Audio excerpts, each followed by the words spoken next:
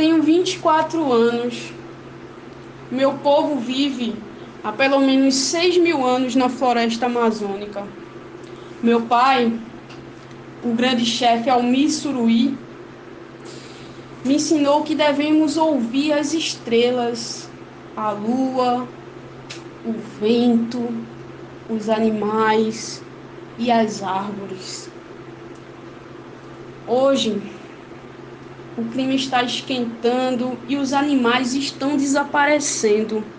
Os rios estão morrendo e nossas plantações não florescem como antes. A terra está falando. Ela nos diz que não temos mais tempo. Uma companheira disse: vamos continuar pensando que com pomadas e analgésicos os golpes de hoje se resolvem, embora saibamos que amanhã a ferida será maior e mais profunda? Deeper, we need a different path, and with bold and global changes. It's not 2030 or 2050, it's now. While you are closing your eyes to reality, the land defender Ariel Wewawau, my friend since I was a kid, was murdered for protecting the forest. Indigenous peoples are in the front line of the climate emergency, and we must be at the center of the decisions happening here. We have ideas to postpone the end of the world. Let us stop emptying lies and fake promises. Let us end the pollution of hollow words, and let us fight for a livable future and present. It's always necessary to believe the dream is possible. May our utopia be a future on Earth. Thank you.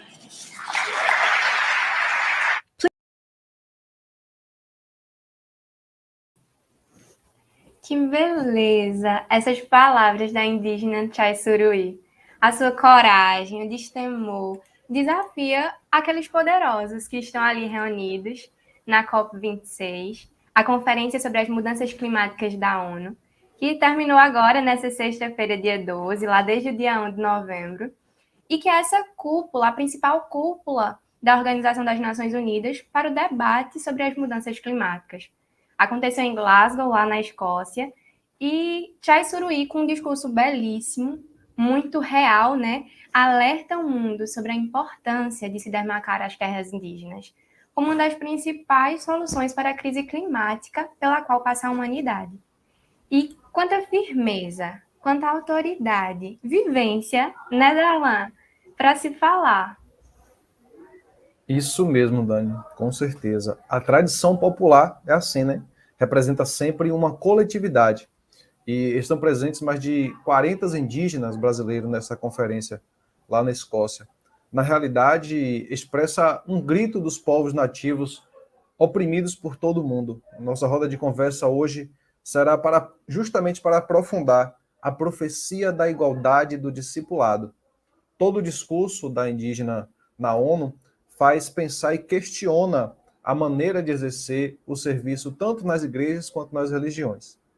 Gente, estamos nessa roda de conversa e não podemos nunca nos esquecer que mesmo estando aqui separados por essa tela, né, depois da pandemia, o mundo virtual ganhou uma amplitude absurda, mas ainda assim estamos juntos.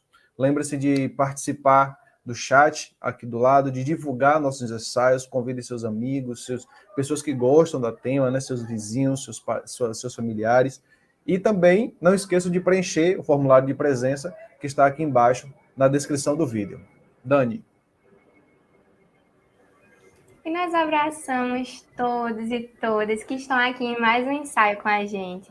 O nosso 8º ensaio para a profecia hoje, do módulo 2, que vai refletir sobre tanta gente que dedica a vida ao serviço dos pequenos e dos oprimidos. Pessoas que vivem concretamente, realmente, o discipulado. Motivadas por alguma espiritualidade, seja cristã, afro-brasileira, indígena, espírita, judaica, islâmica, budista, hinduísta e por aí vai. Ou até mesmo sem religião, não é? Gente como eu, como você que está aqui com a gente nesse ensaio, mas queremos, de uma maneira bem especial hoje, recordar traços da nossa cultura marcados pela espontaneidade, pela diversidade de expressões e pelo seu caráter festivo, né? Isso é tão brasileiro, né? E muitas dessas práticas, elas vêm de longe e algumas continuam presentes no nosso meio, como os benzedores e as benzedeiras, rezadores e rezadeiras populares. Que cultura bonita, né, Darlan? Com certeza, Dani. Também me sinto parte dessa linda ciranda do discipulado, mas infelizmente nem sempre é assim. Muitas vezes confundimos o discipulado com o poder, né? E muitas igrejas, muitas religiões se tornam espaços de dominação, onde só vale a voz da liderança, seja ele padre, pastor, pai ou mãe de santo, do xamã, né? Do religioso, religiosa, que por vezes, né, se esquecem da sua vocação de serviço aos irmãos e irmãs. E aí agora a gente vai ver o que o padre Reginaldo Veloso nos diz sobre a clericalização, quase não sai, e desclericalização nas igrejas cristãs. Como entender que a igreja hoje esteja no ponto em que está, organizada de tal maneira que muito mais importante do que a comunidade cristã é o clero. De tal maneira que para muita gente falar de igreja significa falar de padre, de freira, de bispo e de papa. Quando falar de igreja, deveria ser povo chamado, convocado pela palavra de Deus, pela palavra de Jesus. Jesus viveu todas as tradições religiosas de seu povo, mas ele relativizou tudo isso. Não colocou essas coisas com valor absoluto. A mulher continua sendo, na Igreja Católica, um ser de segunda categoria. Não pela vontade de Deus, nem pela vontade de Jesus, mas por um machismo e um clericalismo machista que insiste em permanecer, não é, como há 1700 anos atrás. As mulheres deveriam participar em pé de igualdade de qualquer expressão ministerial dentro da Igreja Católica, para ser a igreja do Evangelho, a igreja de Jesus, a igreja de Paulo, que disse que entre nós não existe mais grego ou judeu, homem ou mulher, escravo ou livre, porque todos somos iguais em Jesus. Eu creio que esse seja o pensamento original de Jesus, que pensou numa comunidade onde as pessoas fraternalmente se encontram, refletem sua vida à luz das palavras dele, procuram identificar os sinais dos tempos, os apelos de Deus, e procuram dar respostas sinceras a esses apelos. Uma igreja muito simples, de tamanho humano, onde as pessoas estão próximas, se querem bem, têm o prazer de servir umas às outras e se sentem enviadas, discípulas missionárias enviadas no meio desse mundo a semear esses valores humanos, cristãos, de fraternidade, de solidariedade e de paz. Reginaldo Veloso faz um instigante diagnóstico dessa realidade, né? Isso acontece muito nas nossas comunidades, nos nossos espaços religiosos. Quem nunca se sentiu constrangido diante de uma situação dessas, na frente de um sacerdote ou de alguém que se coloca como superior na hierarquia da sua própria religião? Será que eu mesma também já confundi a minha função na comunidade com o status de poder? Será que eu trato as pessoas com respeito e nesse patamar de igualdade? São perguntas, Dani, que nos fazem ficar mais atentos, né, com a maneira de vivermos o discipulado. Pois então, e ainda existem aqueles e aquelas que se sentem superiores que os demais porque estudaram mais, né, os seus livros sagrados, ou porque dizem conhecer melhor a sua tradição religiosa.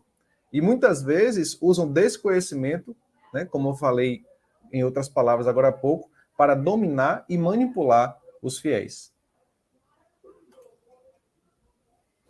Isso aí, Darlan. E eu acho que, assim, muitas vezes as pessoas parecem esquecer, né? Nós, como cristãos, às vezes parece que a gente esqueceu daquele ensinamento bíblico. Aquele que fala que o vento sopra onde quer. O vento que é esse espírito que é tão diverso, né? Esse espírito que às vezes é tão pregado, mas não é vivido.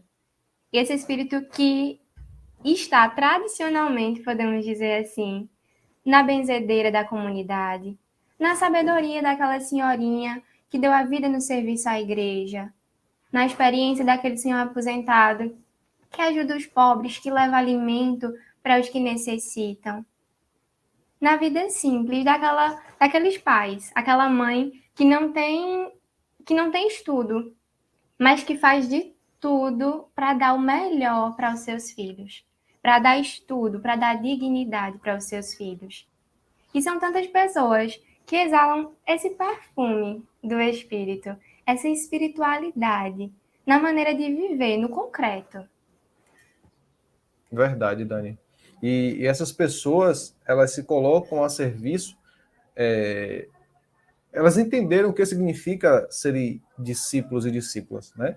E como nós iniciamos o ensaio de hoje com a voz da jovem indígena Chai Suruí na COP26, me lembrei da luta das mulheres indígenas, que muitas vezes são excluídas das instâncias de poder nas suas próprias comunidades, né, como acontece com as mulheres em diversas, assim também como acontece com essas mulheres em diversas religiões. Mas o vento desse espírito ele tem soprado nessas mulheres e surgem diversos movimentos contra o sexismo na religião e na sociedade, como, por exemplo, a Marcha das Mulheres Indígenas, que este ano reuniu lá em Brasília mais de 5.000 mulheres indígenas de 172 povos originários de todo o país. E convido a cada um que nos acompanha agora a ver e ouvir a voz dessas mulheres.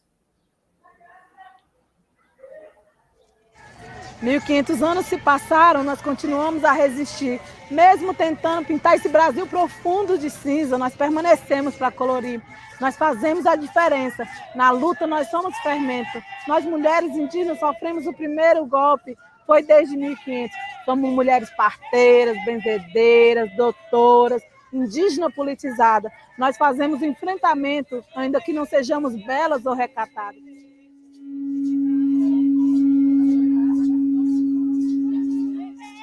A gente está vivenciando um momento muito histórico, onde nossas mulheres, somente nossos guerreiros, elas saem dos nossos territórios e vêm para Brasília em defesa dos nossos direitos. E o território, para nós, ele é a base de tudo. E nesse momento, a conjuntura política do Brasil é totalmente adversa, né? É totalmente violenta com nós, povos indígenas. E sentindo essa dor, sentindo essa pressão, as mulheres indígenas saem de seus territórios e chegam a Brasília para se colocar na linha de frente do movimento em defesa do nosso território. Estou aqui representando povos originários dessa terra. Meu povo é Mura. Quase todos foram dizimados. Perdemos nossas línguas com a invasão aqui nesse país. Mas nós estamos aqui. Eu estou aqui e digo, eu existo. Eu sou povo originário dessa terra. Tentaram fazer com que essa força E esse sagrado que a mulher tem, a mulher indígena, tentaram apagar, né, na história. E nós, as mulheres indígenas, estarmos nos unindo, está trazendo de novo, né, esses valores, esse sagrado que nós temos. O que eu sinto aqui no acampamento, né, é sentimento de força, né?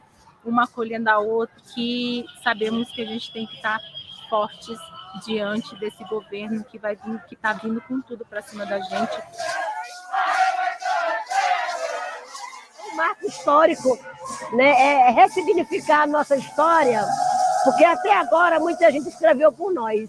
E agora nós queremos assumir esse protagonismo, as mulheres liderando esses processos de luta, mostrar que a gente está viva, que a gente tem força. Eu costumo dizer que os povos indígenas ainda, no século XXI, continuam tendo a sua humanidade roubada. A gente não tem dignidade humana diante de um Estado brasileiro.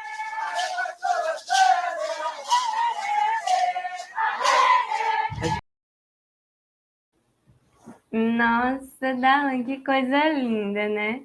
Que testemunho tão forte, esse da luta das mulheres indígenas, que também é a luta de todas nós, mulheres, independente da etnia, da raça, da cor, da religião, independente de tudo. Acho que é uma luta por um direito que deveria nos ser natural, né? É uma luta que é um esforço, nós não deveríamos ter que lutar por isso. Mas a resistência dessas mulheres nos dá força, nos dá esperança para a gente seguir. Um dia a gente chega lá, nessa utopia que a gente vai caminhando atrás.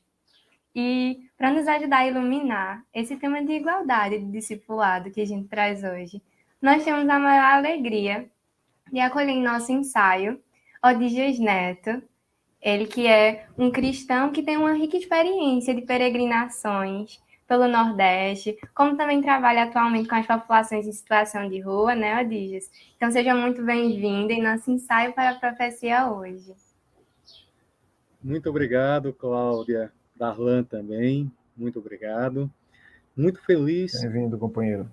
Pela presença aqui, com essa temática, pelo convite, né, que partiu de Arthur Peregrino, a quem eu tenho uma grande estima. E feliz também por estar aqui com a presença de Marcelo Barros, né, para falar dessa temática.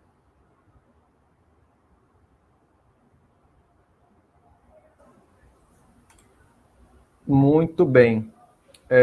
A gente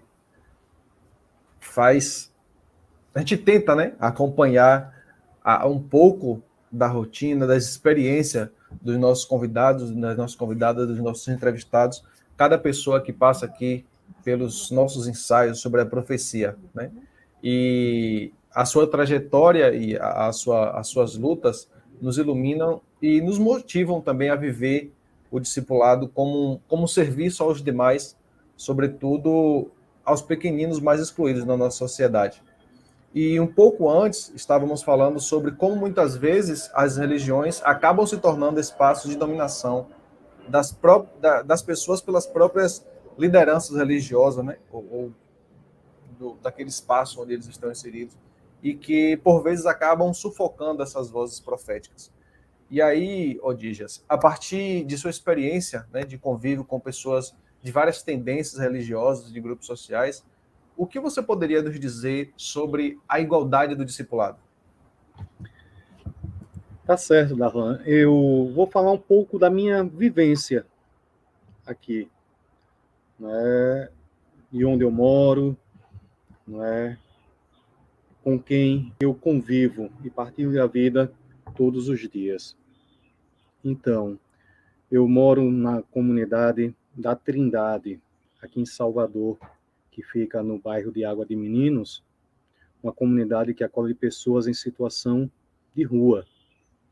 Já há 21 anos, Marcelo Barros conhece bem essa comunidade, conhece bem o fundador, que é o irmão Henrique Peregrino. Então, essa comunidade começou no ano 2000, depois que Henrique, depois de tantos anos peregrinando por esse Brasil, não é, encontrou essa igreja aqui em Salvador abandonada, né, fechada, e aí pediu a permissão ao bispo, na época, Dom Geraldo, para morar dentro da igreja e acolher as pessoas em situação de rua, né? Já que eu já tinha essa experiência de vivência nas ruas, por opção, né? Já há mais de 10 anos. E aí o bispo permitiu, ele então abriu as portas e foi acolhendo as pessoas, isso no ano 2000. E no ano 2001 eu conheci a comunidade, né? Fiquei encantado com a vida da comunidade e passei então a frequentar, né, nos finais de semana, a fazer as peregrinações, e já são 20 anos, né, caminhando com a comunidade. E há 8 anos eu fiz a opção de morar aqui, né, com minha esposa, com minha filha, né, então fiz essa opção. E aqui eu partilho a vida, né, das pessoas, a sua grande maioria, né, que veio de situação de rua. Aqui uma vida muito simples, uma vida bem alternativa, né? A nossa água é captação de água de chuva e água de poço. O nosso fogão é a lenha. A nossa energia é solar, né? E lembrando aí, foi falado também na COP26, né, essa preocupação com o meio ambiente, a nossa comunidade também procura fazer a sua parte nesse cuidado com o planeta, né? Cuidado com o outro, pessoas que vieram em situação de rua, e cuidado também com o nosso planeta. Procuramos ser essa chaminha, essa luz, né, de responsabilidade com o meio ambiente. Então, desde 2002, né, nós já vivíamos, né, a energia solar aqui, já tínhamos implantado a energia solar. Hoje que se fala tanto, né, mas já quase 20 anos, né, que nós temos a energia solar aqui. Tá entendendo? Aproveitando essa energia do sol. Então, como eu estava dizendo, uma comunidade simples, alternativa. E aqui eu procuro viver com, né? Viver com aqueles, né, que vieram em situação de rua. Então, partilho aqui as refeições, né? Faço uma das refeições, duas refeições, melhor dizendo, junto com minha esposa, no fogão a lenha, né? Geralmente, dia de sábado, nós fazemos o café da manhã para toda a comunidade. Na quinta-feira, minha esposa assume o almoço da comunidade também. Ajudo na catação da lenha para o nosso fogão. Tem um moinho onde nós vamos pegar o pão toda semana, que fornece os pallets, né, que muitas vezes são descartados, os pallets de madeira, e aí nós aproveitamos esses pallets para alimentar o nosso fogão a lenha. E aí faço junto com os meninos daqui, não é? Partilho a vida de oração também com a nossa comunidade, as orações pela manhã, às 7 horas da manhã, e à noite, após a janta, né? E, claro, não dá para partilhar todos os momentos, porque eu também tenho o meu trabalho fora, né? Sou professor de ensino religioso, de filosofia, né? E aí tenho que dar conta também das aulas dos alunos. E vou assim, né? Vivendo aí, partilhando a vida aqui na comunidade da Trindade. Digis, fala também um pouquinho para a gente desse desafio que é a espiritualidade profética nos dias atuais, que coloca como protagonistas os pobres, os oprimidos. É desafiador essa vida, né? Sim, sim, Cláudia. Muito desafiadora. E esse desafio foi lançado pelo próprio Cristo, não é? Quando os apóstolos estavam discutindo entre eles quem seria o maior, né?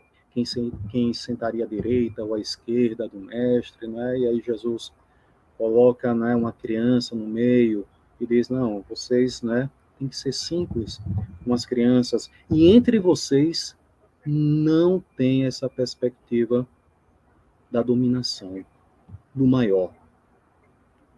Aquele que quer ser o maior, que seja o servidor. E o próprio Cristo falou, eu não vim para ser servido, mas para servir. Então, nessa ótica, é que eu procuro viver essa igualdade aqui, partilhando das refeições com aqueles que vieram, né, em situação de rua e que estão dando os primeiros passos, se levantando e andando, né, partilhando os trabalhos diários daqui, né, procurando ser um com eles, né, e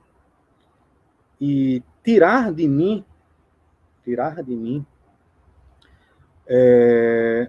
uma visão que muitas vezes recebemos da própria família, da nossa cultura, né, de um senhorio na perspectiva de dominação, que foi o que o Cristo abominou, né? Procuro, sim, um senhorio na perspectiva, um domínio na perspectiva de cuidado, né? E aí, cuidar do outro. Então, quando tem alguém da comunidade que adoece, não é? Henrique, principalmente, ou eu, quando posso, acompanho nos hospitais, né? Na visita, aquele que é da nossa comunidade, que está hospitalizado, que está enfermo, né? O cuidado com aquele que não está no momento fácil da vida, porque muitos que vieram das ruas, né? E aí tem feridas abertas, né? Por causa do álcool, das drogas, etc. Né? Então, são grandes os desafios. Mas, como eu estava dizendo, o domínio nessa perspectiva, né? De cuidado, né? Cuidado do outro. É isso. O cuidado, né? Que lindo. Que bonito é ver essas experiências de profetismo que o Odígios compartilha com a gente e que nos dá um choque, né? Talvez de realidade. Uma Esse verdadeira desafio, experiência profética, né? isso Serve aí, como motivação, nos provoca uma conversão, né? com certeza. E esse desafio, né? Acho que o maior desafio é esse com a gente mesmo. É esse descer. É esse se colocar igual. A gente tantas vezes procura ali ser o maior, né? E essa guerra, digamos assim, para a gente descer, para a gente aprender o cuidado. O cuidado é o que nos torna maiores diante de Deus. E, Cláudia, eu lembrei de uma coisa, falando, Diga né, lá. desses desafios, né, da igualdade. Eu lembrei de uma poesia do irmão Henrique, transformada em cântico, uma canção, inclusive, quem colocou a melodia nessa poesia foi o irmão João Batista, da comunidade do Discípulo Amado, e diz assim: do mesmo barro todos nós somos, das mesmas mãos criados fomos. Já nos sentimos irmãs e irmãos, para vivermos em comunhão. Obras de barro podem rachar, podem quebrar, caco virar, mas nas feridas somos cuidados por uma oleira, cacos juntados. Toda oleira deixa sua marca, moringa, vaso, panela e prato. Em toda a obra, seu ser é luz. Todos nós somos obra da luz. É essa igualdade, né? Vendo que todos somos do mesmo barro, né? Todos fomos criados do mesmo barro.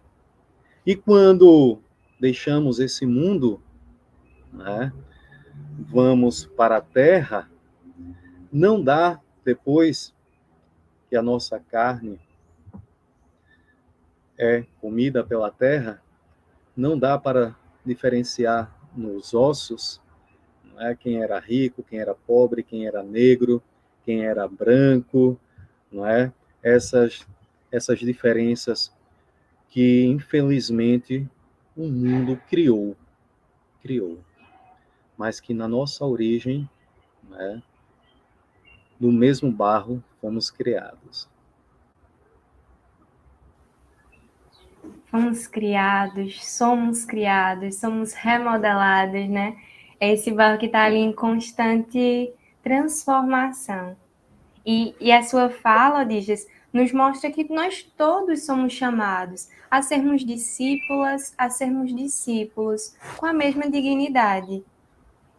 E independente da maneira que exercemos esse discipulado. Seja da sua forma, seja aqui na minha, seja na rua, seja em casa, seja na igreja, seja onde for. Nós somos chamados, nós somos vocacionados. E aí, para falar um pouco mais disso também, desse discipulado, a gente vai chamar para a nossa ciranda, nosso querido irmão Marcelo Barros, para nos ajudar a compreender essa profecia de igualdade do discipulado. Seja muito bem-vindo, Marcelo. Obrigado, Dani. Boa noite, Darlan. Boa noite, Odígias. Boa noite, Marcelo. Boa noite, Marcelo. Eu penso, Dani, que não dá para a gente dizer mais nada depois dessa experiência tão forte que o Odígias contou da comunidade da Trindade. Última vez que eu passei lá, 3 dias, eu acho. Cada momento, cada realidade, a cada instante eu tinha a impressão de ser jogado, assim, confrontado com o Evangelho. E a única resposta possível é a gente se dar conta de que somos todos e todas pequenos e pequenas na mão de Deus e no cuidado uns dos outros. Quando a gente fala em igualdade do discipulado, primeiro a gente está dizendo isso, que todo mundo é discípulo e discípula. Não é mais aquela igreja hierárquica que tem mestres e tem discípulos. Tem clero e tem leigos. Tem gente que está em cima e tem gente que está embaixo. E o Papa Francisco agora, propondo o que ele chama de sinodalidade, e que ele explica que não é apenas o tema desse sínodo, é o modo de que deve ser a igreja. Ele encontra esse obstáculo, é que a cultura da igreja é hierárquica. Quer dizer, hierárquica significa poder sagrado. Uma vez eu estava num encontro de bispos, como assessor, e entre eles estava o nosso querido e saudoso Pedro Casaldáliga. E o Pedro, em um determinado momento, diz que a igreja só pode viver comunhão se ela for uma comunidade toda de discípulos e discípulas em igualdade. E aí um bispo importante, um cardeal da igreja brasileira, que tinha um cargo na CNBB, interrompeu a fala dele e disse: o senhor tem de lembrar que a nossa igreja, a Igreja de Jesus Cristo, não é uma democracia. E aí o Pedro Casaldáliga respondeu: de fato, o senhor tem razão, cardeal. Ela não é uma democracia. Ela é comunhão, e como comunhão ela tem que ser muito, muito mais do que democracia. Democracia é pouco. Horizontalidade democrática é muito pouco. Tem que ser uma comunhão. E essas palavras tão claras, tão nítidas, né? Tão fortes, proféticas, nos lembram o que Jesus disse, né? Quando o Odígias agora falou: entre vocês não pode ser assim. Outro dia, conversando sobre esse evangelho, Odígias, com o meu mestre aqui, Darlan, no domingo, eu contei a ele que nós tínhamos um amigo que já está no céu, o grande espiritual Arturo Pauli, que uma vez ele comentou esse evangelho dizendo assim: gente, a única explicação que eu tenho para esse evangelho é que no lugar que Jesus falou devia ter muito eco. Então, quando Jesus disse assim: entre vocês não deve ser assim, aí o eco repercutiu: deve ser assim, deve ser assim. E as pessoas entenderam: deve ser assim, e não deve ser assim.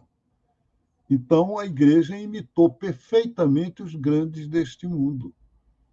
E hoje a gente tem uma igreja feita de grandes, cada um mais alto na pirâmide ou mais baixo. É preciso destruir a pirâmide. É preciso derrubar a construção piramidal. E é preciso refazer uma energia de comunhão, de roda, de ciranda, de todo mundo, logo que a pandemia permitisse, dar as mãos e dançar juntos. E acho que a comunidade da Trindade, do nosso querido irmão Henrique, do Odígias e de tanta gente boa, né, que eu encontrei ali, nos ensina isso todo dia.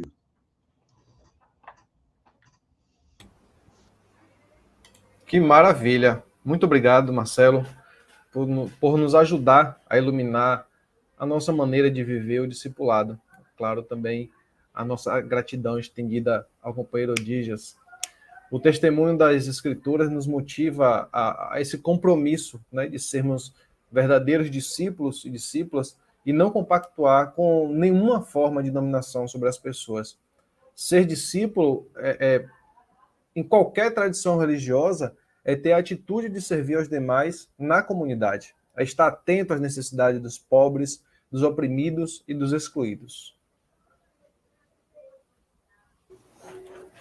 E essa é uma tarefa muito urgente, Darlan. Ela interpela a gente. E cada um de nós precisa, sim, avançar com atitudes concretas, para deixar bem claro o nosso modo de viver o discipulado. Isso deve se tornar uma prática cotidiana. A cada dia, a gente está aqui nos ensaios para a profecia hoje. Cada hoje que eu tiver é dia de ser discípulo, concretamente. É dia de seguir o mestre, seja em qual religião for, seja em que templo for, seja da forma que for. Se a gente tem Jesus que se abaixa aos seus discípulos, que os serve, que lava os seus pés, para se mostrar igual. Se a gente tem um Deus que se mostra igual, imagine nós como devemos fazer. Isso em tantas outras crenças também. E de modo que as pessoas reconheçam em nós esse discipulado, pelo nosso modo de ser, pela nossa maneira de tratar os outros, de acolher o outro, por esse cuidado que o Adígias falava, por esse serviço às pessoas, principalmente que estão sofrendo. Isso mesmo, Dani. A gente precisa urgentemente promover a igualdade no discipulado com a nossa própria maneira de ser. E aí eu queria, mais uma vez, provocar o nosso convidado, né, o Odígias, e também o Marcelo, para que vocês nos ajudem a refletir que passos concretos, né, vocês sugerem para que possamos viver concretamente, essa profecia. Odígias, Marcelo, como vocês reagem, né, a essa provocação?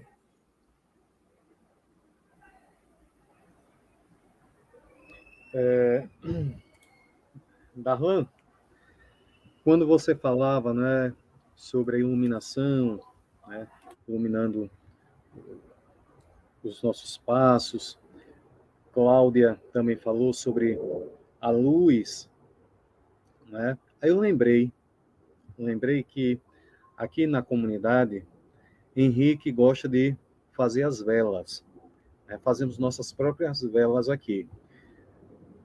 A cada 2 meses eu vou até a igreja de São Lázaro e também no santuário de Irmã Dulce para pegar os restos de cera, né, que sobram. As pessoas acendem as velas nesse santuário, né, e aí aquela cera, né, que derrete e fica lá, né, é juntado, e aí eu pego e trago para cá, onde nós derretemos novamente para fazer novas velas aqui para nossa comunidade.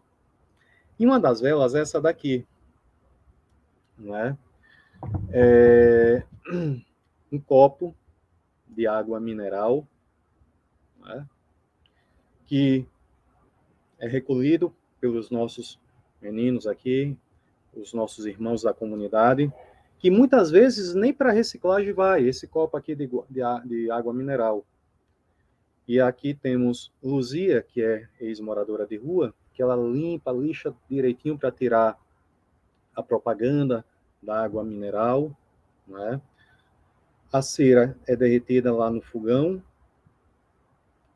e aí se faz uma nova vela, a partir do resto, daquilo que a sociedade desprezou.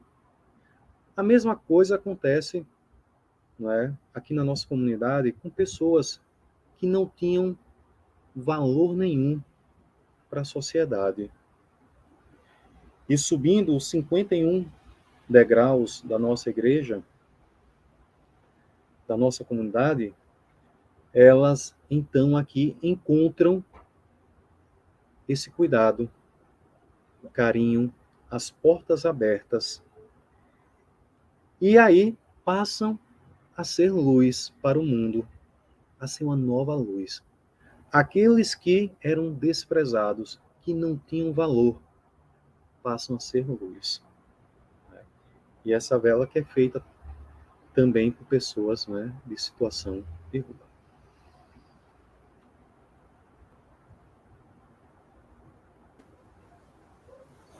Lindo, Sigamos aí com os trabalho. sinais de profecia, né?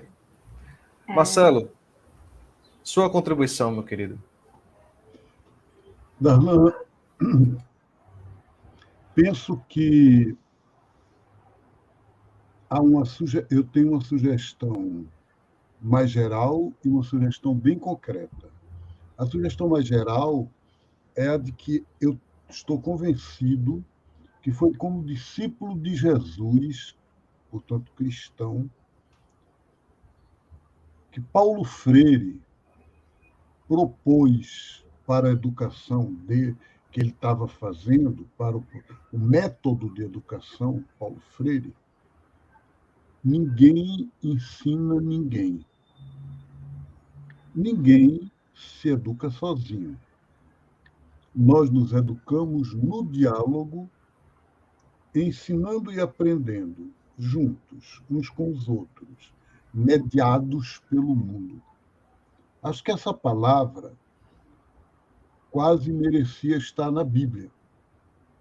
E ela pergunta a cada uma de nós aqui que estamos nessa roda de conversa, como está a minha capacidade de dialogar, como é que eu estou escutando, será que eu estou sendo capaz de escutar o diferente e responder? Então, essa é a proposta primeira. Olhe um pouquinho você e olhe um pouco a sua comunidade. Como é que está isso? Essa dinâmica do diálogo, que é sempre um desafio, é sempre uma exigência, não é fácil. Mas Jesus nos chama a isso, é muito importante. Agora vem uma sugestão bem concreta. Vocês sabem que, agora em outubro, o Papa Francisco abriu o processo do Sínodo da Igreja para 2023. E disse que essa primeira etapa agora que está aberta é a etapa das igrejas locais, quer dizer, das comunidades locais e das dioceses. E aí o que é que ele propõe? Que se consulte todo mundo sobre que mudança quer que se realize na igreja. Eu não sei se vocês que estão aqui me escutando agora já foram perguntados sobre isso. Eu duvido que alguém chegou para Cláudia Daniele e perguntou: Cláudia Daniele, que mudança você quer para a Igreja Católica? Não sei, tenho a impressão que não houve ainda essa consulta. Não houve ainda consulta para Odígias. Ou houve? Acho que não. Nem houve para o Darlan. De jeito nenhum. Se não houve para nenhum dos três, estou com a impressão de que a pesquisa está meio atrasada. E aí a minha proposta é que vocês não esperem que pergunte. Cada uma de vocês encontre a forma de dizer na sua comunidade, ou mande uma carta, coloque na internet, no site da paróquia, faça qualquer coisa para dizer que modelo de igreja você quer. Como é que você quer que a sua comunidade viva esse discipulado de iguais? Essa profecia que Jesus pediu. Como concretamente eu tenho uma imagem disso para a minha comunidade? Tenho a impressão que essa comunidade aqui que eu tenho ganharia muito se... Mas pode ser que você tenha uma outra, o outro tenha outra. Então, é essa a proposta. Combinado, Darlan? Excelente provocação, Marcelo. Isso Combinadíssimo. mesmo. Excelente proposta, né? E essa visão de igreja, comunhão, circular e não piramidal, né? Inclusive aqui na nossa comunidade, nessa perspectiva da igualdade, nós temos também esse cuidado. Começa já nas orações, a oração sendo em forma circular ou semicírculo, né? Quando estamos diante do altar. As refeições fazemos numa oca com características indígenas, né? E de forma também circular, para que todos possam se olhar, né? Possam se ver. E a dormida, né? Também nessa perspectiva de igualdade, para não manter o distanciamento das ruas, as pessoas que moram dentro da igreja dormem todas no papelão. Inclusive, Henrique, que é o fundador da comunidade, como também os padres que moram aqui, né? Padre João, Belga e Joãozinho, né? Estão na hierarquia, né, da igreja, mas aqui procuram viver essa igualdade, dormindo também todos, né, no papelão, para não manter o distanciamento entre nós, todos os membros da comunidade, e para não manter o distanciamento das ruas, né, de onde veio a maioria das pessoas da nossa comunidade. Nossa, que diálogo maravilhoso, né? O Digis trazendo sempre experiência para a gente. E Marcelo aí nessa fala, Marcelo, se for aqui na minha diocese, se eu mandar uma carta dessa, eu sou excomungada, viu? Acho que é horrível isso, né? Ter que ficar nessa omissão tantas vezes, porque a igreja nem sempre está aberta a esse diálogo. Mas a gente segue resistindo. E eu acredito que todos nós aqui que estamos acompanhando esse ensaio, estamos nos sentindo muito cheios de vontade de viver com mais força a profecia da igualdade do discipulado.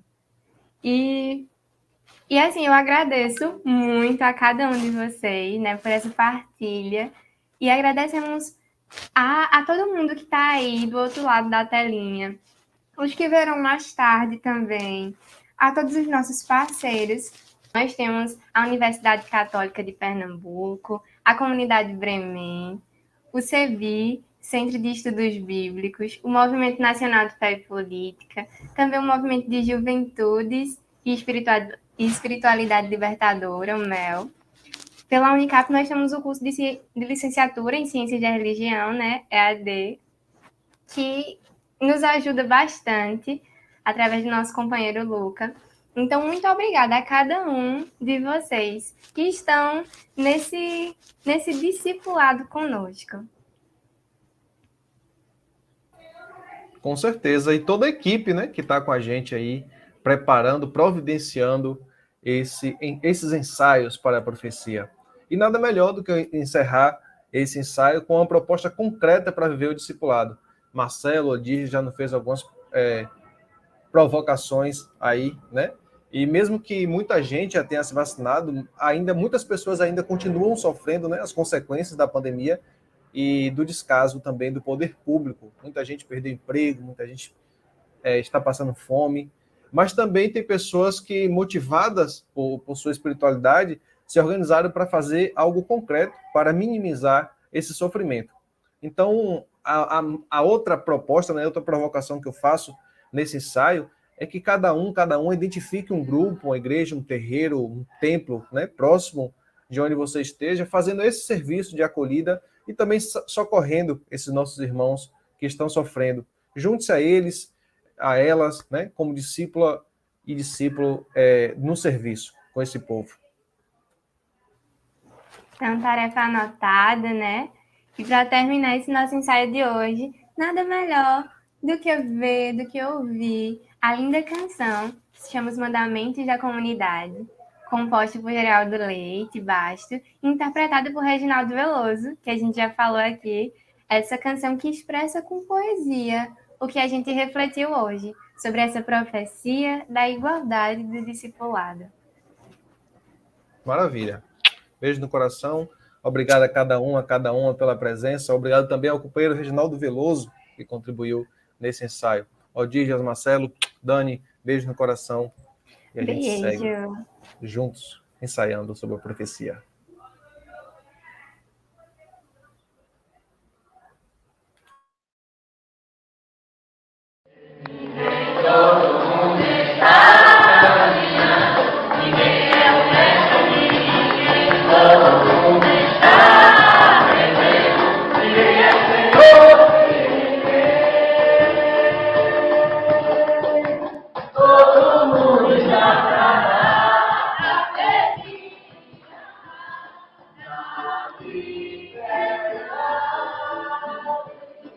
O jeito